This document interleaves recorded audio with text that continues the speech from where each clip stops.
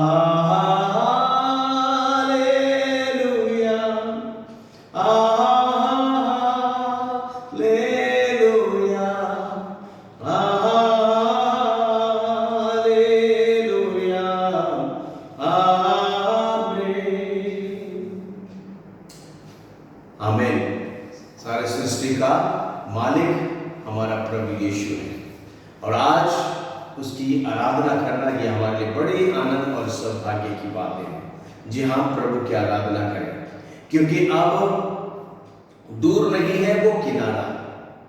प्रभु से यही प्रार्थना करें कि वो धीरज हमारा बढ़ाया जाए, जीवन की ये नैया और उस किनारा पहुंच जाए, क्योंकि ये हमारा प्रार्थना है।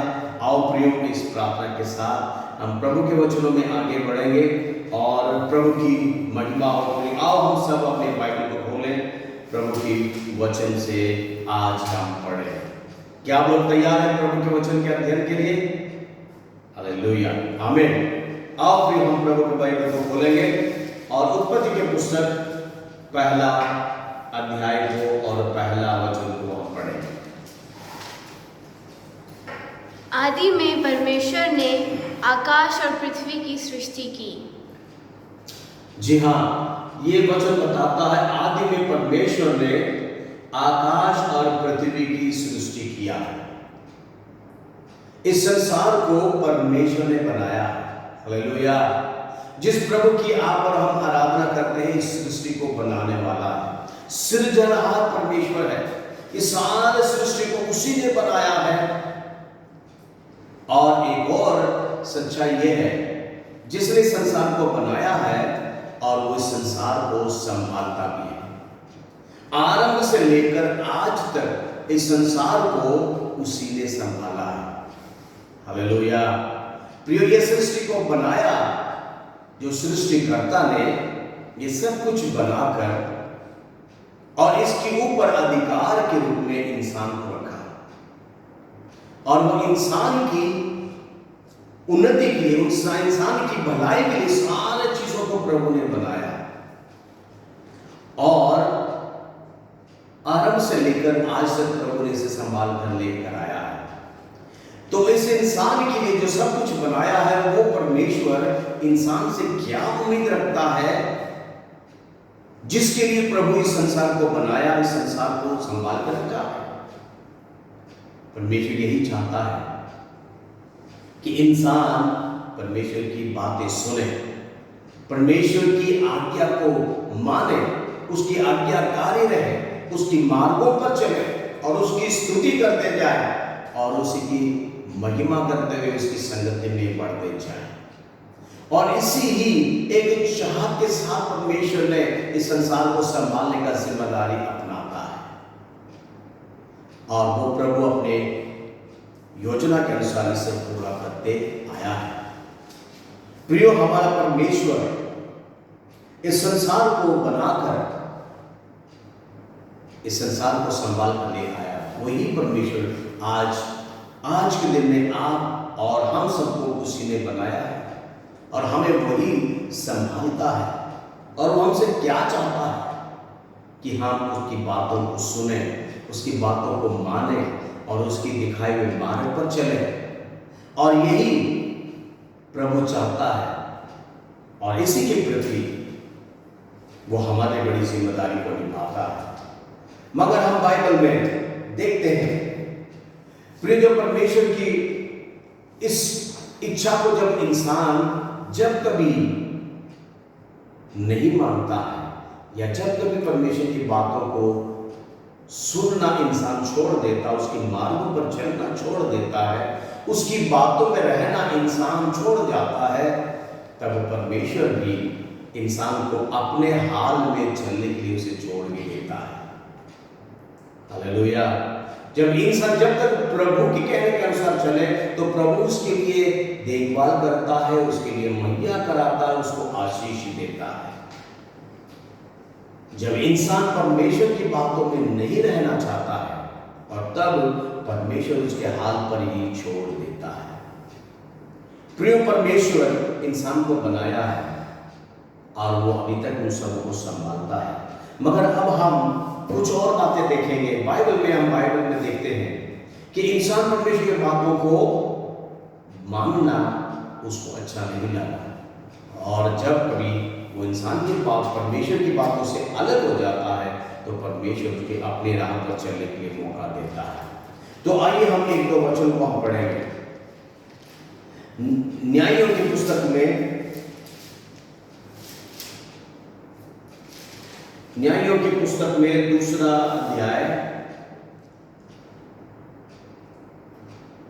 अध्याय 11 से लेकर हम पढ़ेंगे। इसलिए इज़राइली वह करने लगे जो यहोवा की दृष्टि में बुरा है, और बाल नामक देवताओं की उपासना करने लगे।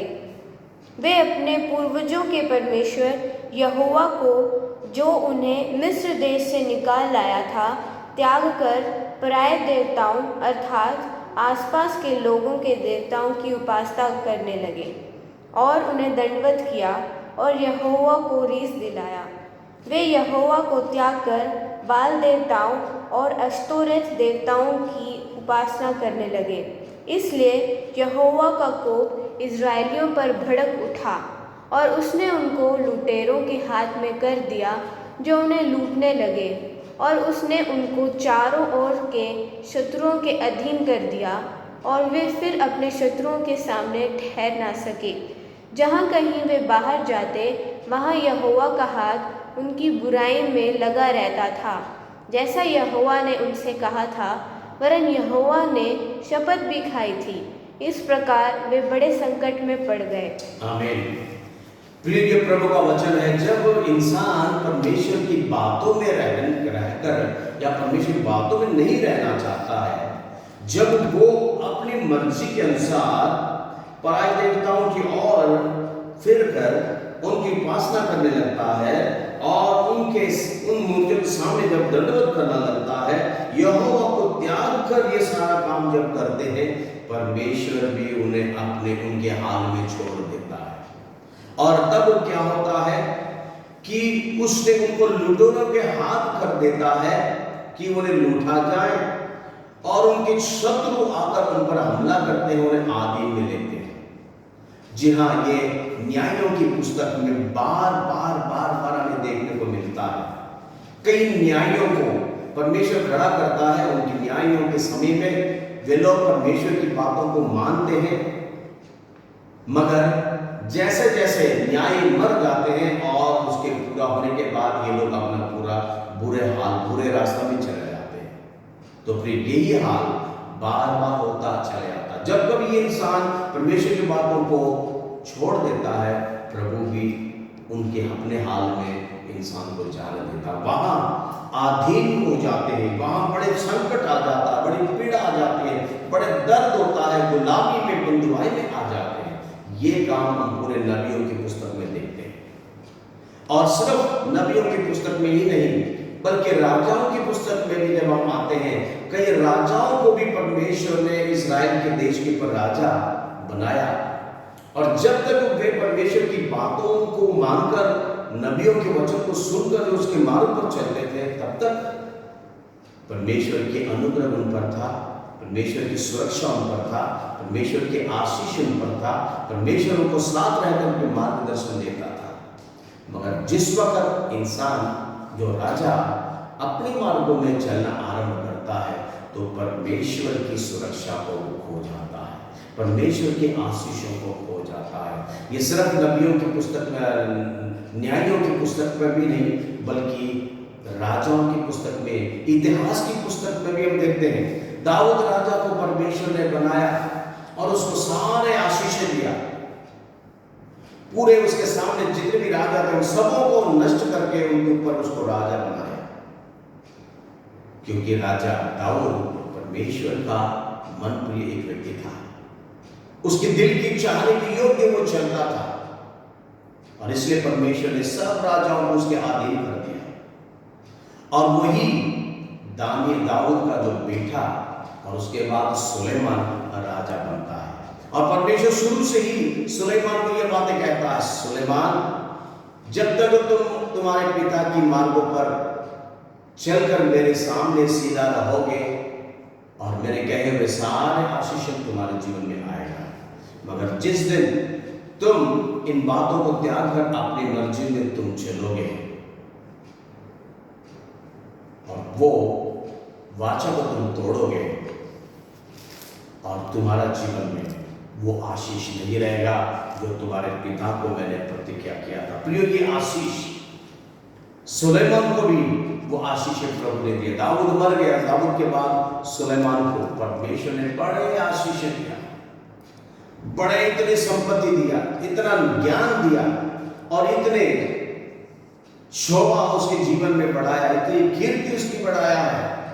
मगर सुलेमान जब ये सब कुछ बढ़ने के बाद उसकी स्थिरता बिगड़ गया, उसकी सोच में गड़बड़ आया है, परमेश्वर को छोड़कर वो अपने राह पर चलने लगा। आज वही बातें हम आप लोगों को बीच में लाना चाहते हैं कि आओ हम सुलेमान की बातों को, कुछ बातों को हम देखेंगे। सुलेमान के कुछ कर्तव्य यहाँ पर लिखा, पहले राजा की पुस्तक उसके 4 अध्याय, और उस सुलेमान को परमेश्वर ने बहुत आशीष दिया।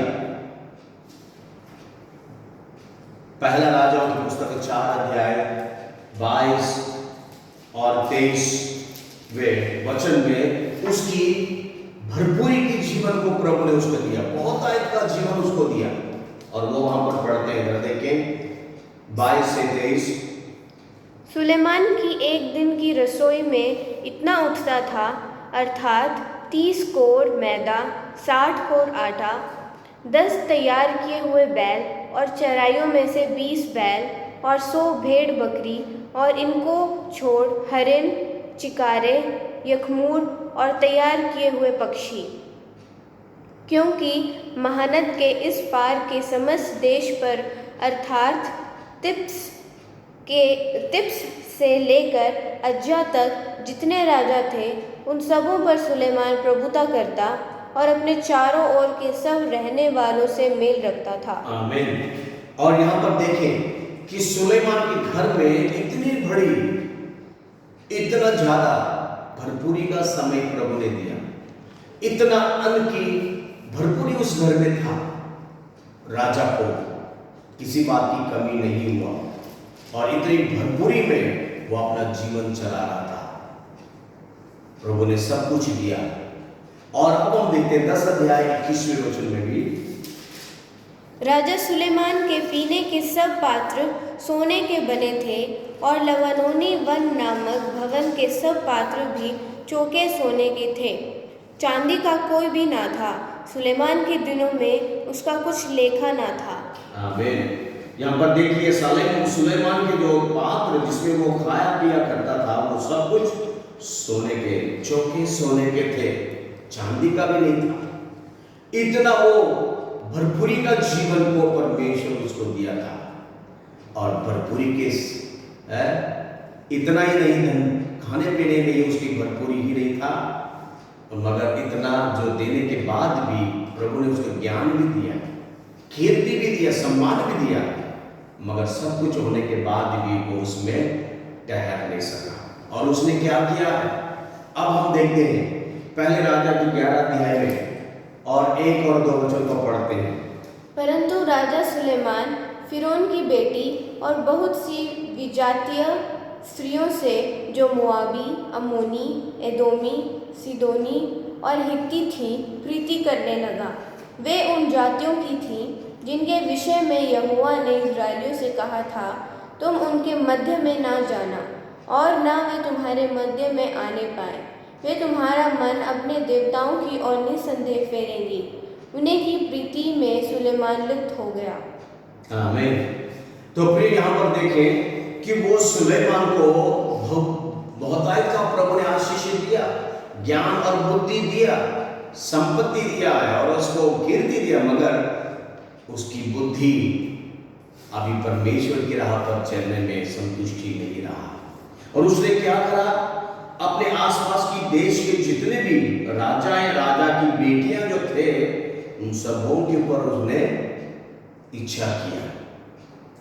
इतने जितने राज्यों को उसने जीता था, उनके घर के जितने भी लड़की और जो उस राजा के थे, उस सभी लड़कियों को उसने शादी करके अपने घर ले आया। जबकि परमेश्वर ने उसको मना किया था कि तुम पराए देवताओं को मानने वाले किसी भी स्त्री से तुम विवाह ना लेना, ना विवाह में देना, मगर उसने ऐसा काम करके परमेश्वर की योजना से वो टल गया। और आगे जाकर उस अगला में क्या देखते हैं कि उसी अगले वचन को पढ़ेंगे 11 का 3 में, उसके 700 रानियां और 300 रखेलियां हो गई थी और उसकी इन स्त्रियों ने उसका मन बहका दिया। आमीन। यहां पर देखते हैं सुलेमान को 700 रानियां, यानी कि जिसको उसने शादी किया था, और 300 रखेलियां हो गई। और उन स्त्रियों ने सुलेमान की मन को मोड़ दिया कि वो परमेश्वर की राह पर चलने से वो पलट गया। और अब क्या हुआ है कि अब हम एक और वचन को भी पढ़ेंगे। पहले राजा की 11 अध्याय 4 से लेकर हम 7 तक अभी हम पढ़ेंगे। अतः जब सुलेमान बूढ़ा हुआ, तब उसकी स्त्रियों ने उसका मन पराये देवताओं की ओर बहका दिया और उसका मन अपने पिता दाऊद के समान अपने परमेश्वर यहोवा पर पूरी रीति से लगा न रहा। सुलेमान ने तो सीदोनियों की अश्तोरेत नामक देवी और अम्मोनियों की मिल्कोम नामक घृणित देवता के पीछे चला। इस प्रकार सुलेमान ने वह किया जो यहोवा की दृष्टि में बुरा है, और यहोवा के पीछे अपने पिता दाऊद के समान पूरी रीति से ना चला। उन दिनों सुलेमान ने यरूशलेम के सामने के पहाड़ पर मुआबियों के कमोश नामक घृणित देवता के लिए और अम्मोनियों के मोलेक नामक घृणित देवता के लिए एक ऊंचा स्थान बनाया, और अपनी सब विजातीय स्त्रियों के लिए भी, जो अपने अपने देवताओं को धूप जलाती और बलिदान करती थीं, उसने ऐसा ही किया। आमीन। देखिए, ये सुलेमान उन स्त्रियों को जो शादी करके ले आया, वो स्त्री जो अपने देश के देवताओं को भी ले आया, उन देवताओं के लिए सुलेमान ने मंदिर बनवाया, जबकि परमेश्वर की मंदिर उस देश में रहता, वहाँ दूसरे मंदिर बनाने के लिए मना था। मगर सुलेमान ने अपनी स्त्रियों को खुश करने के लिए उनके लिए देवताओं के लिए मंदिर बनाया, और उनके साथ वो भी मिलकर और उसकी पूजा और उपासना करने लगा। प्रिय, इतना बहुत आयत के आशीष पाने के बाद इंसान सुलेमान परमेश्वर की मार्ग पर चलना सका, इसलिए कि परमेश्वर, उन 9 वचन में पढ़ते हैं, तब यहोवा ने सुलेमान पर क्रोध किया। सुलेमान पर परमेश्वर ने क्रोध किया, उसके राज्य को निकालने के लिए मन बना लिया। जहां जब इंसान परमेश्वर की राह पर से संतुष्टि नहीं है, अपनी मनमानी चलता है, तो परमेश्वर उसको अपनी मनमानी चलने दे देता है। तो फिर यही बातें हम आज के दिन में भी देखते हैं। ये सिर्फ न्यायियों के समय में ही नहीं रहा, ये राजाओं के समय में ही नहीं रहा, बल्कि आज हमारे समय में भी यही बातें दिखता है। तो क्या हुआ है कि आज सुलेमान से भी बढ़कर